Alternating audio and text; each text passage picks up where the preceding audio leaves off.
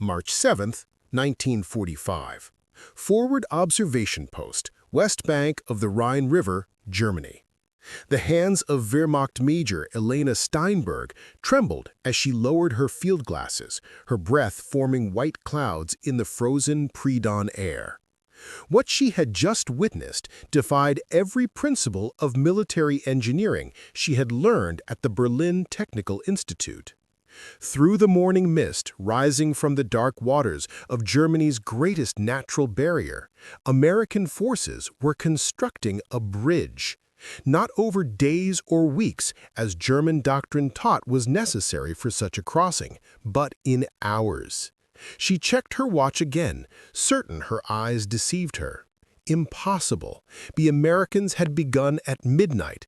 Now, barely 6 hours later, steel girders stretched halfway across the 400-meter width of the river.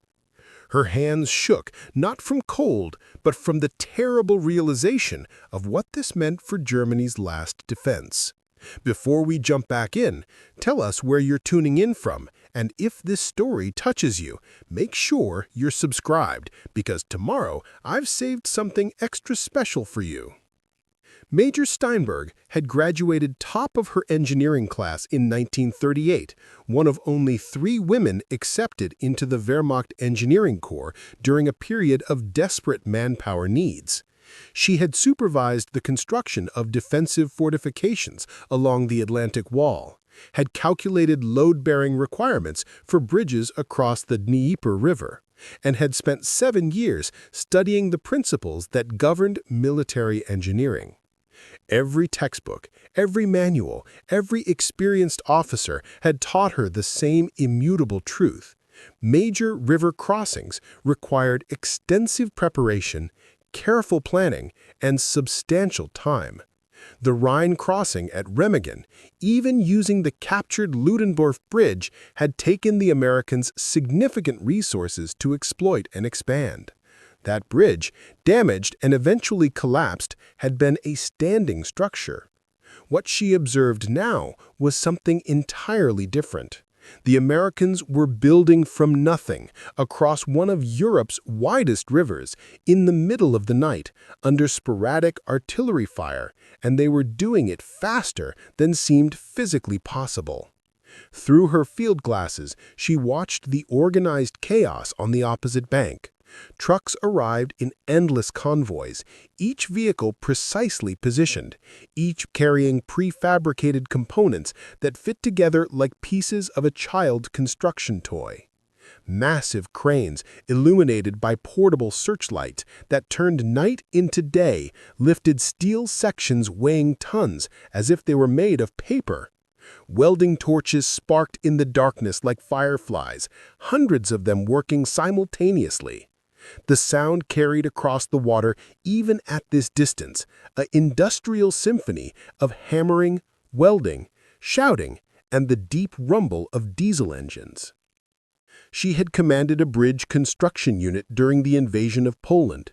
With 200 engineers, optimal conditions, and pre-positioned materials, her team had required 4 days to span a river half this width. The Americans appeared to have thousands of engineers, and they worked with a precision and speed that suggested they had practiced this exact operation dozens of times before. Colonel Frederick Weber arrived at the observation post at dawn, his face gray with exhaustion and something deeper, a weariness that came from watching Germany's defenses crumble day by day.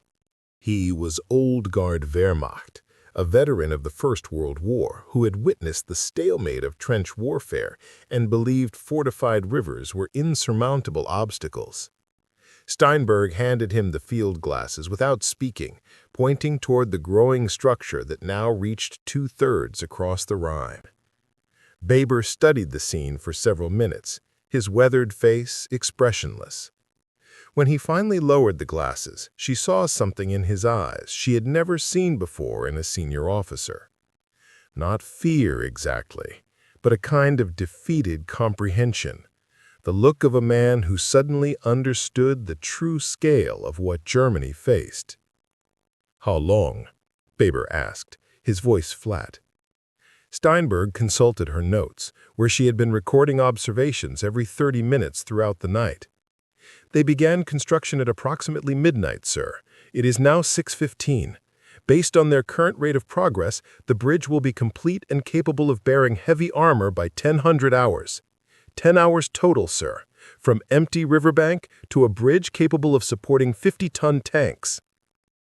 Baber was silent for a long moment, his eyes fixed on the American construction site. "I supervised bridge construction during the March Offensive of 1918, he said quietly. "We had 500 men, ideal weather, and no enemy interference. It took us 9 days to bridge the Rhine River, which is less than half this width.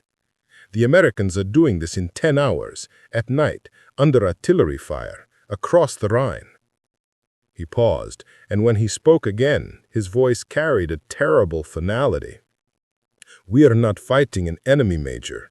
We are fighting a force of nature that happens to wear American uniforms." The bridge taking shape before them was a Bailey Bridge, though neither Steinberg nor Baber recognized the design. Invented by British engineer Donald Bailey in 1940, these bridges consisted of prefabricated panels that could be assembled rapidly without specialized tools or equipment.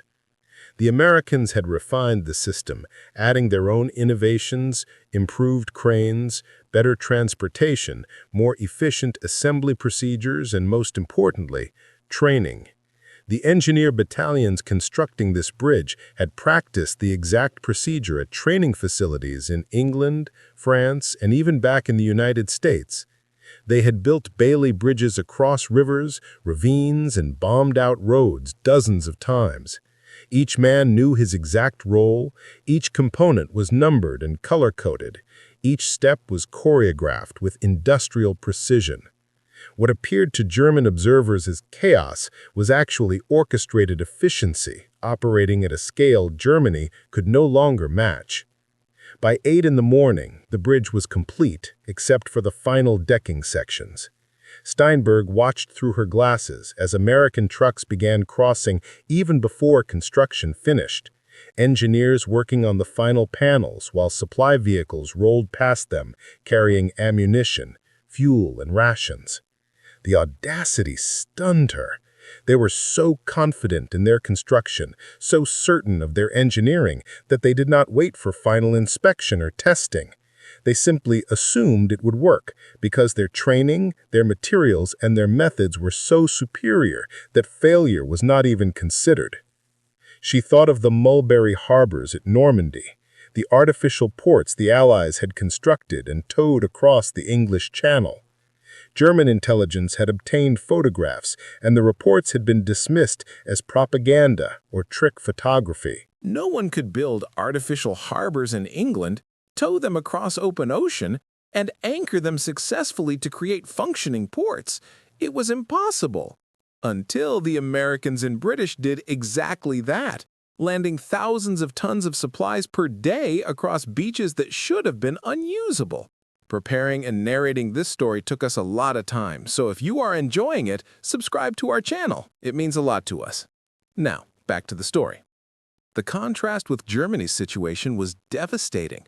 Steinberg commanded an engineering company that existed primarily on paper. She had 40 engineers instead of the authorized 200, most of them over 45 or under 18, either too old or too young for frontline infantry service. Her equipment consisted of tools salvaged from bombed factories, a single crane that required 2 hours of maintenance for every hour of operation, and trucks that ran on wood gas generators because liquid fuel was reserved for tanks that rarely moved due to lack of gasoline. Her last bridge construction had taken 3 weeks, and the structure could barely support light vehicles. When she requested steel for reinforcement, she was told steel was needed for tank production. When she requested concrete, she was told concrete was needed for fortification bunkers. When she requested fuel for her vehicles, she was told to be grateful she had vehicles at all. Meanwhile, across the Rhine, Americans were assembling bridges with more steel than her entire corps had been allocated for the entire year. The American logistics train was something Germany had never understood or prepared for. Intelligence reports described it, but the numbers seemed impossible, fabricated to demoralize German troops. The Americans had constructed a fuel pipeline from the Normandy beaches all the way to the German border, pumping millions of gallons directly to the front lines. They had established supply depots every 50 kilometers, each stocked with more ammunition, food, and equipment than an entire German army group possessed. They had mobile repair workshops that could rebuild a tank engine in hours. They had field hospitals with equipment better than most German civilian hospitals. They had postal services delivering mail from America to frontline soldiers in less than 2 weeks. And now they had engineers who could bridge major rivers in a single night. She spent 2 days compiling observations, studying captured American field manuals, and interviewing German engineers who had witnessed other American river crossings. The picture that emerged was terrifying in its implications. The Americans had bridged the Moselle River in 8 hours. They had built a 500-meter bridge across the Saar in 12 hours. They had constructed a double-lane bridge across the Ruhr in 9 hours while under direct artillery fire, completing it with only minor delays when German shells damaged partially completed sections. They had engineers who could clear minefields at night using specialized equipment. They had bulldozers that could build roads across mud in hours. They had portable steel matting that turned marshes into airfields in days. The report Steinberg submitted was classified and sent up the chain of command, where it joined dozens of similar reports from other fronts, all describing the same impossible American capabilities. At Remagen, Americans had captured the Ludendorff Bridge on March 7th, the same day Steinberg watched the new bridge construction begin. Within 24 hours, Americans had 8,000 troops across the Rhine. Within a week, they had established a bridgehead 30 kilometers deep. German counterattacks, including desperate V-2 rocket strikes against the bridge, the only time V-2s were used for tactical battlefield purposes, failed to dislodge the Americans or destroy their river crossings. The Americans simply built more bridges. When the Ludendorff Bridge finally collapsed on March 17th, killing 28 American engineers, the Americans already had built 4 additional bridges nearby. The loss barely slowed their advance. Major Steinberg's engineering background allowed her to calculate what the American bridge construction revealed about their industrial capacity. The bridge she observed used approximately 200 tons of steel components, delivered in specialized trucks, assembled with cranes, welding equipment, and precision tools. This represented the output of a significant steel mill for several days, dedicated entirely to producing bridge components. And the Americans were building dozens of such bridges simultaneously across multiple rivers. The steel allocated for these temporary bridges exceeded Germany's total monthly steel production for all purposes, military and civilian combined. Germany was fighting an enemy that could use more resources for temporary river crossings than Germany could produce for its entire war effort. The psychological impact on German forces was profound and deliberate. American commanders understood that the rapid bridge construction served 2 purposes: practical and psychological. Practically, it allowed armored divisions to cross rivers without delay, maintaining offensive momentum. Psychologically, it demonstrated American capability so overwhelming that resistance seemed futile.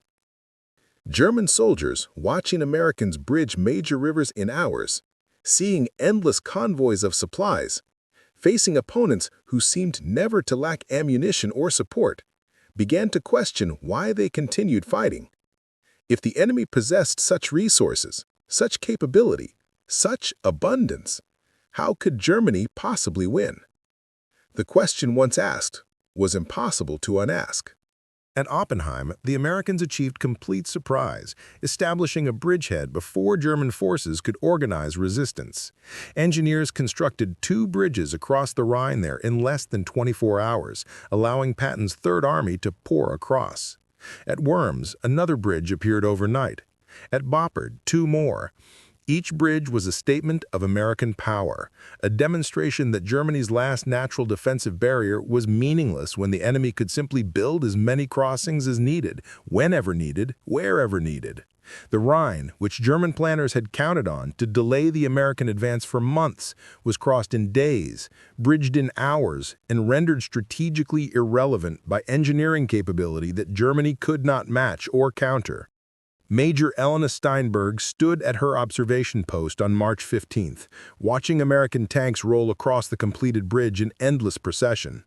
Sherman tanks, primarily the M4A3 variant with 76mm guns, crossed in formation, followed by half-tracks, supply trucks, tank destroyers, artillery pieces, and more trucks.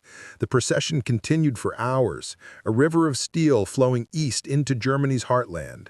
She had calculated that morning that the Americans were crossing the Rhine with more armored vehicles in a single day than Germany had produced in the previous 6 months. The numbers were crushing, undeniable, final. Germany had lost not because German soldiers lacked courage or skill, but because Germany had brought determination to a contest of industrial capacity. They had brought willpower to a battle against logistics. They had brought spirit to a war of supply chains. And spirit, no matter how strong, could not defeat an enemy who could bridge the Rhine River in 10 hours and considered this routine, unremarkable, just another day's work for engineer battalions operating at the edge of human organizational capability. The intelligence reports reached Berlin within days, but their reception revealed how completely German high command had lost touch with reality on the ground. Field Marshal Wilhelm Schmidt, responsible for Rhine defenses, read Major Steinberg's detailed analysis of American engineering capabilities with visible irritation. Schmidt was old Prussian military aristocracy, a veteran of the Eastern Front who believed in the superiority of German military tradition and training. He had never visited an American industrial facility, never studied American technical education, never considered that a nation of immigrants and capitalists could produce soldiers more capable than products of Prussian military academies. When presented with evidence that Americans were bridging major rivers in hours, his response was to question the accuracy of the observers rather than accept the implications of what they reported. Exaggeration, Schmidt declared, tossing Steinberg's report onto his desk. Battle fatigue makes soldiers see miracles in routine enemy activity. The Americans had the bridges prefabricated and simply assembled them. Any competent engineer corps could do the same with proper preparation. His chief of staff, Colonel Hans Richter, a younger officer who had actually witnessed American operations in Normandy, tried to explain. Sir, the reports are consistent across multiple fronts. The Americans have systematized rapid bridge construction. They have specialized units trained exclusively for this purpose. Their engineer battalions practice these exact procedures repeatedly until they achieve this speed. Schmidt waved dismissively. Specialized units are a luxury of overwhelming manpower. Germany uses every soldier efficiently. We cannot afford to have engineers who only build bridges when we need soldiers who can fight, build, and perform multiple roles. This response encapsulated Germany's fundamental misunderstanding. The Americans could afford specialized units precisely because their manpower and industrial capacity allowed such specialization. They did not need engineers who could also fight because they had enough soldiers to fill both roles. German efficiency was born of scarcity. American specialization was born of abundance. The captured American field manuals that reached German intelligence revealed systems of organization that seemed almost alien in their complexity and thoroughness. The American Army had technical manuals for everything: bridge construction, vehicle maintenance, radio operation, food preparation, medical procedures, supply management. Each manual was detailed, illustrated, and written in clear language that assumed soldiers were intelligent and capable of learning complex procedures if properly instructed. This democratic approach to knowledge distribution gave American forces flexibility and resilience that German command structures could not match. When German officers were killed, their specialized knowledge died with them. When American officers fell, their subordinates could reference manuals and continue operations with minimal disruption. Major Steinberg received new orders in late March: retreat east and prepare demolitions to delay American advance. Her engineering company, now reduced to 32 functional personnel, was tasked with destroying bridges, blocking roads, and creating obstacles. The irony was bitter and unmistakable. Germany, which lacked resources to build bridges efficiently, was now ordered to destroy its own infrastructure, to slow an enemy who could rebuild anything Germany demolished within hours of capturing it. She supervised the placement of demolition charges on a railroad bridge near Frankfurt, using explosives carefully hoarded for months. Her team worked for 2 days to properly prepare the bridge for destruction, calculating charge placement to ensure complete collapse. When American forces approached, she detonated the charges. The bridge fell into the river exactly as her calculations predicted, a textbook demolition. American engineers had the bridge replaced with a Bailey bridge in 14 hours. 14 hours to replace what took Germany decades to build and Steinberg's team 2 days to destroy. The American engineer battalions that constructed these bridges were products of a military training system that had been refined and expanded with stunning speed. In 1939, the United States Army had approximately 190,000 soldiers total, smaller than Romania's military. By 1945, American military personnel exceeded 12 million. This expansion required creating training systems from almost nothing, building camps, writing manuals, recruiting instructors, and establishing procedures to turn civilian workers into military engineers. The Americans accomplished this with characteristic industrial efficiency. They identified best practices, standardized them, and mass-produced trained soldiers the same way they mass-produced everything else. Engineer training centers taught bridge construction using mock rivers and pre-positioned materials. Soldiers practiced until they could assemble bridges in darkness, under simulated artillery fire, with stopwatches timing every step. Units competed for fastest completion times. The training was so thorough that actual combat operations seemed easier than training exercises because real bridges did not need to meet training standards for speed. The contrast with German training was stark and devastating. Germany's military academies produced excellent officers, educated in military theory, history, and tradition. But German training capacity had been overwhelmed by casualties and the need for rapid replacement of losses. By 1945, German soldiers received abbreviated training focused on immediate survival skills rather than technical competence. Engineer training, which pre-war had required months of instruction, was reduced to weeks or even days. Soldiers learned basic demolition and fortification, but lacked the systematic technical education that made American engineers so capable. Germany had better military tradition, but America had better training systems. In modern industrial warfare, systems defeated tradition every time. The psychological impact on German soldiers extended beyond simple demoralization. Many began to feel they were not fighting human opponents, but rather manifestations of some incomprehensible industrial deity that could conjure bridges, roads, and supply depots through sheer force of organized will. A German corporal captured near mines, when asked about American capabilities, responded with words that captured the existential crisis facing Wehrmacht forces. "They are not soldiers like us. They are workers in uniform. They do not fight with passion or ideology. They fight with clipboards, schedules, and supply manifests. When we destroy something, they rebuild it before we can even report the destruction. Fighting them is like fighting the ocean. You can win individual battles against waves, but the ocean always returns, and it never gets tired, never runs out of water, never stops coming." This testimony, recorded by American intelligence, revealed that German soldiers understood they faced not just military defeat, but civilizational inadequacy. Major Elena Steinberg's engineering education had included study of American industrial methods, particularly the assembly line innovations of Henry Ford. German professors presented these techniques as examples of American cultural emphasis on quantity over quality, mass production over craftsmanship. Germans made superior individual products through skilled artisan labor.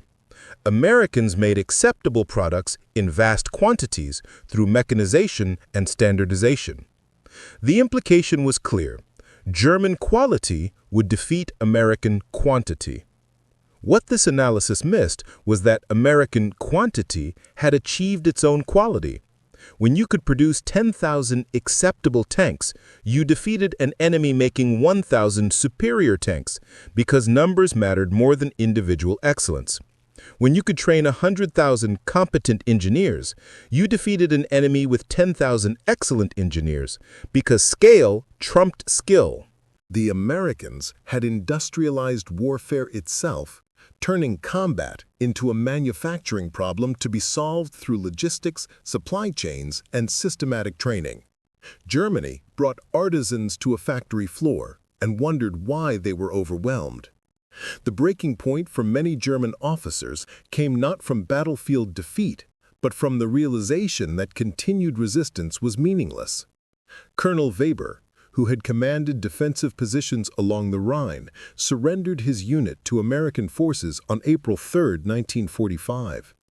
His surrender statement, preserved in American after-action reports, was notable for its lack of military justification and its focus on industrial realities.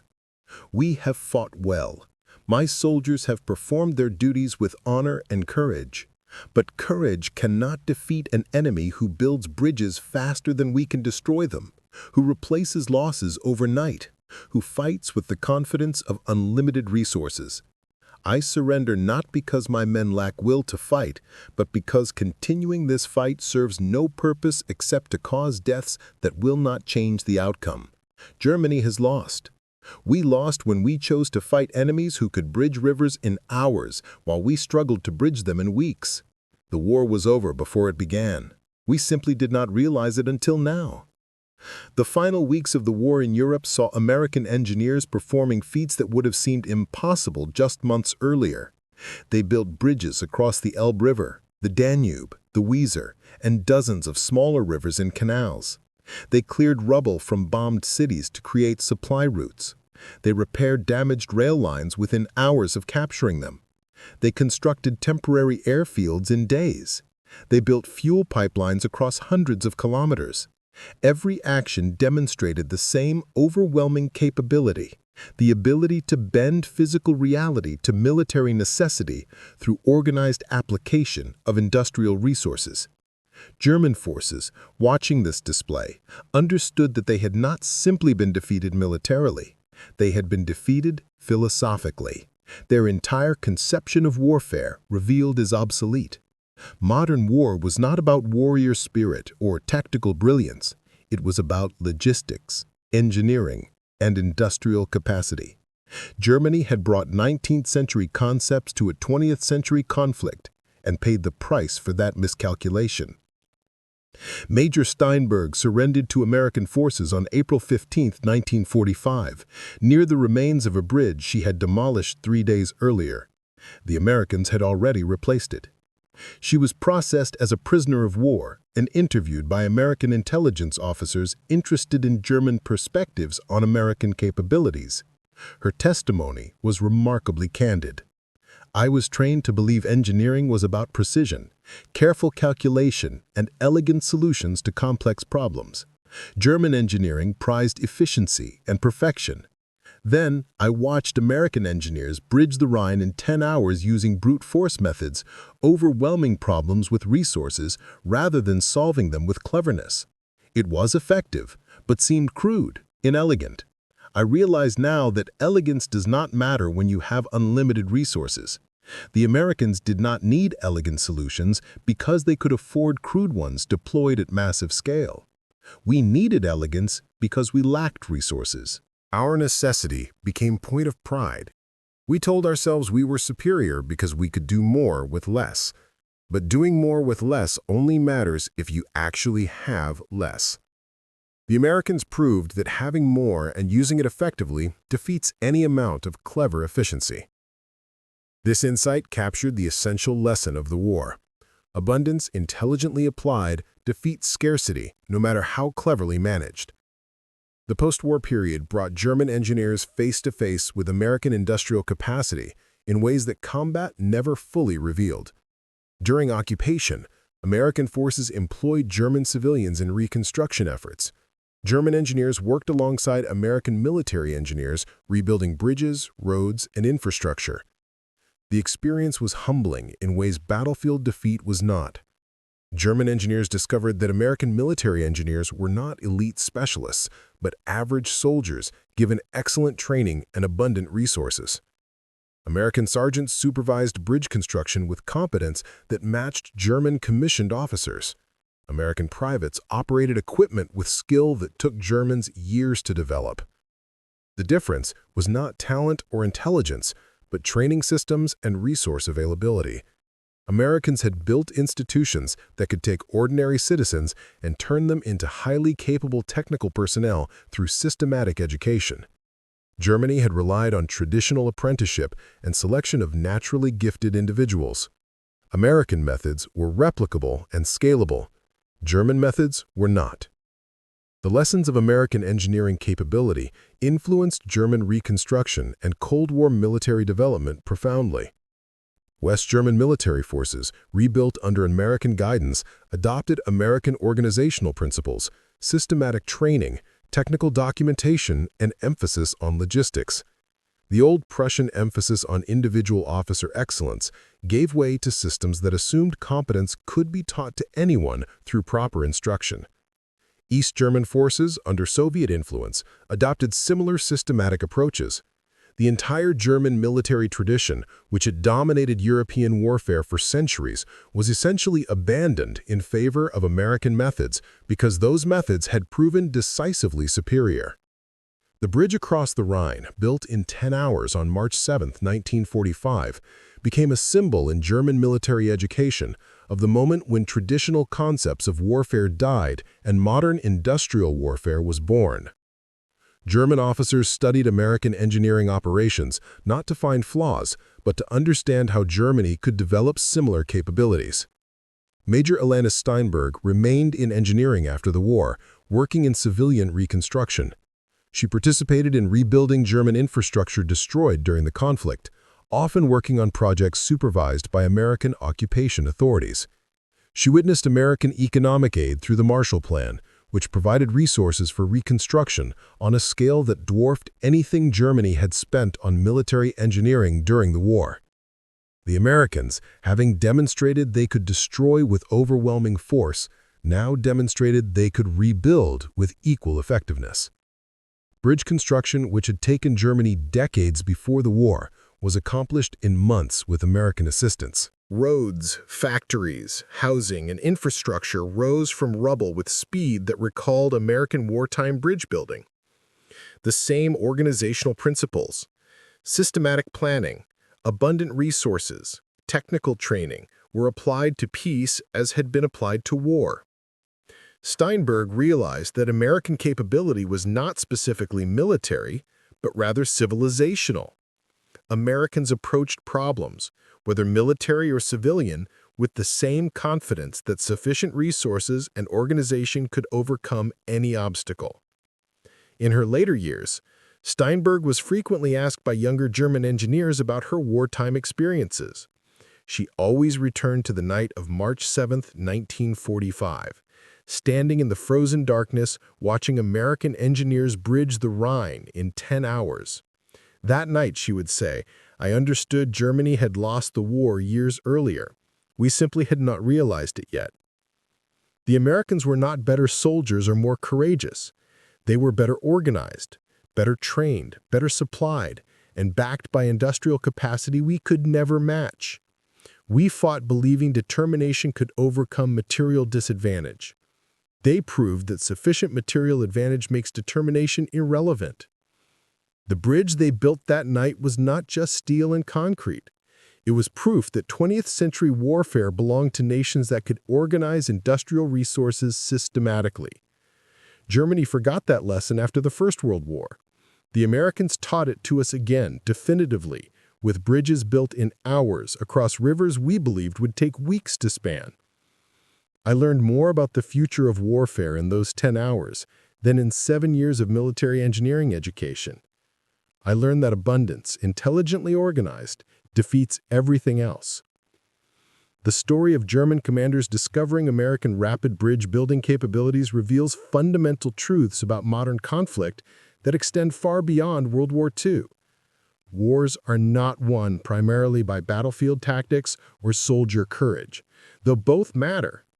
Wars are won by logistics, industrial capacity, and the ability to project organized capability across vast distances. The side that can build bridges faster, supply forces more effectively, replace losses more quickly, and maintain material superiority will prevail regardless of tactical excellence or individual soldier quality.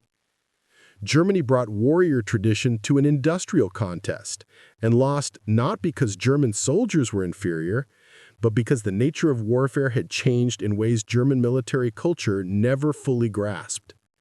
The Americans understood that modern war was an engineering problem to be solved through organization and resources. They solved it with bridges built in 10 hours, with supply chains stretching across oceans, with training systems that turned civilians into capable soldiers in months. They won not with superior courage, but with superior systems. And systems, once created, were replicable, scalable, and ultimately unstoppable when backed by sufficient resources and political will.